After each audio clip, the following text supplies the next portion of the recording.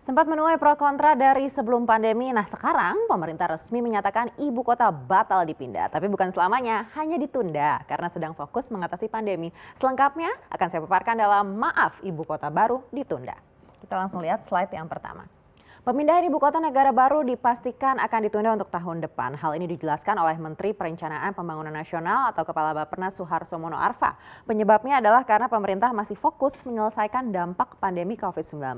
Dengan menunda pemindahan ibu kota, maka pemerintah dapat mengalokasikan anggaran pada sektor penanganan ekonomi pasca pandemi.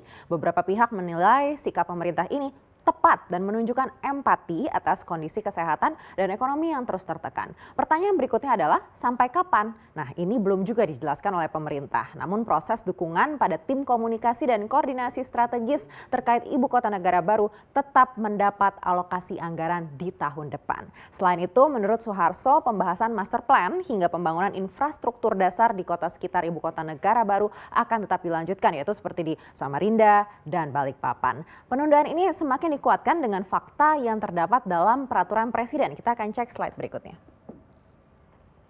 Jadi sebenarnya peraturan presiden 60 tahun 2020 ini adalah terkait tata ruang Jabodetabek Puncak Cianjur. Namun di pasal 9 poin A ini tertulis kalimat yang menegaskan kalau DKI Jakarta masih berstatus pusat pemerintahan nasional, juga pusat perekonomian dan jasa skala internasional dan regional. Artinya fungsi Jakarta belum berubah dong ya.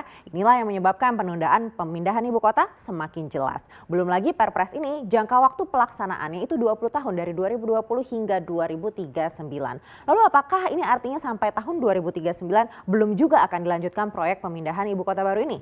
Nah, ini belum juga dijelaskan secara rinci pada publik. Sedangkan undang-undang tentang pemindahan ibu kota hingga sekarang juga belum terdengar kelanjutannya karena kendala COVID-19 dan juga pembiayaan serta hal-hal lainnya. Namun, kalau menurut beberapa pengamat, bila undang-undang mengenai pemindahan ibu kota ini selesai dibahas, maka Perpres ini sifatnya sementara. Dan memang Perpres sifatnya kan berada di bawah undang-undang, sehingga bila undang-undang ibu kota baru rampung, maka Perpres ini bisa diubah untuk menyesuaikan kebijakan baru. Lalu bagaimana dengan alokasi anggarannya? Kita akan cek slide berikutnya.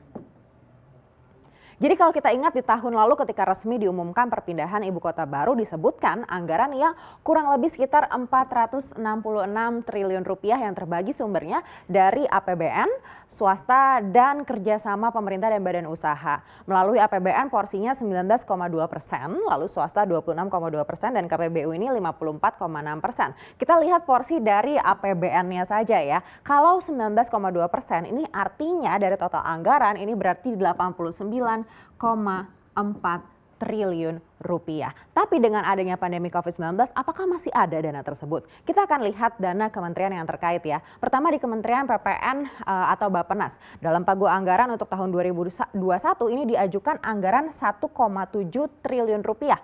Naik dari pagu awal 1,5 triliun rupiah. Tapi besaran anggaran yang diajukan ini kalau dibanding anggaran tahun ini masih lebih rendah. Karena tahun 2020 itu pagunya 1,8 triliun rupiah. Alokasi anggaran dukungan untuk tim komunikasi dan koordinasi rencana strategis ibu kota negara masuk dalam program perencanaan pembangunan nasional, yaitu jumlahnya 831,4 miliar rupiah. Sayangnya belum dipastikan berapa nih anggaran pasti untuk program ibu kota negara baru.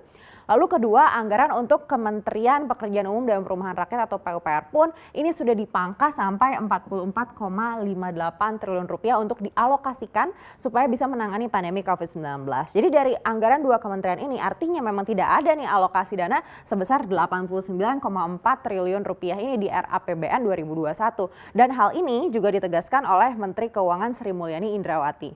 Menurutnya pemerintah memang tidak mencadangkan anggaran untuk pembangunan ibu kota baru pada RAPBN 2021. Jadi fokus anggaran pada tahun 2021 adalah pemulihan perekonomian yang terpukul oleh pandemi. Tapi untuk perencanaan ibu kota baru masih bisa dilakukan.